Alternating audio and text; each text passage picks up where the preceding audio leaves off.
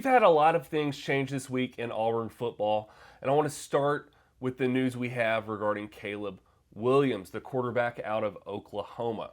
So there was a lot of hope from Auburn fans that Caleb Williams would be coming to Auburn, but this past week we found out that wide receiver Mario Williams, this was a former player on the team with Caleb Williams, he committed to go to USC. Why is this big news? Well, this could be a signal that Caleb Williams is probably going to commit to USC. And with everything we know about him, he said he wants to be a quarterback that's going to be in the NFL. He wants to be trained to be in the NFL, but he also is looking for that NIL deal.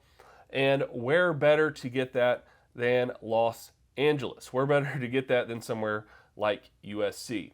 So more than likely, that's where he's going to go. We don't have anything definitive yet, but the move made by Mario Williams kind of signals that he's not going to be coming to Auburn. In one of the last videos I made, I mentioned that Kobe Hudson was no longer going to be on Auburn's football team. We most recently got news that he has landed at a new home, and that new home is UCF. So it looks like Kobe Hudson will be rejoined with the guy who recruited him, Gus Malzahn. I am honestly happy for him. I don't know what happened with him and Bryan Harsin or him and Auburn. It seems like it came as a surprise to Kobe Hudson, but we know there's probably a lot more to that story. But I am happy he ended up at a team where he feels like he will be appreciated and a place he wants to be. We also just got some good news about our offensive line for the 2022 season, or at least I think this is some good news. We found out that two of our current offensive linemen from this past season, they will be returning for the 2022 season.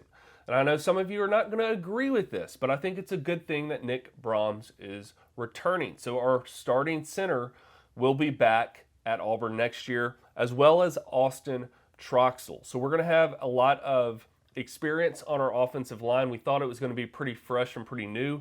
This is a good thing, especially when you consider we have the number one recruit for the 2023 class as center. This is going to give some time for Nick Brahms can finish next season, and then this new guy can come in 2023 and possibly become the starter right away. So this is a good thing. Even though our offensive line has been seen as not the best, they've received a lot of criticism.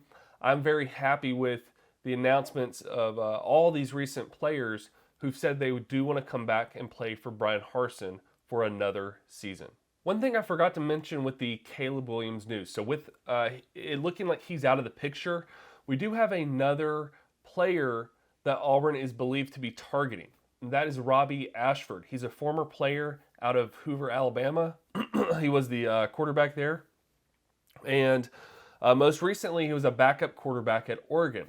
Now that Bo Nix is the perceived starter at Oregon, or at least he's going to be in the rotation to get that starting job more than likely, Robby Ashford has chosen to enter the transfer portal.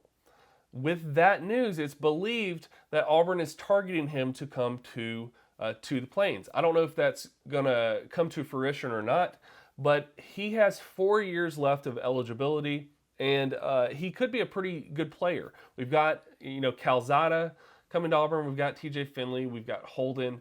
And obviously Dede.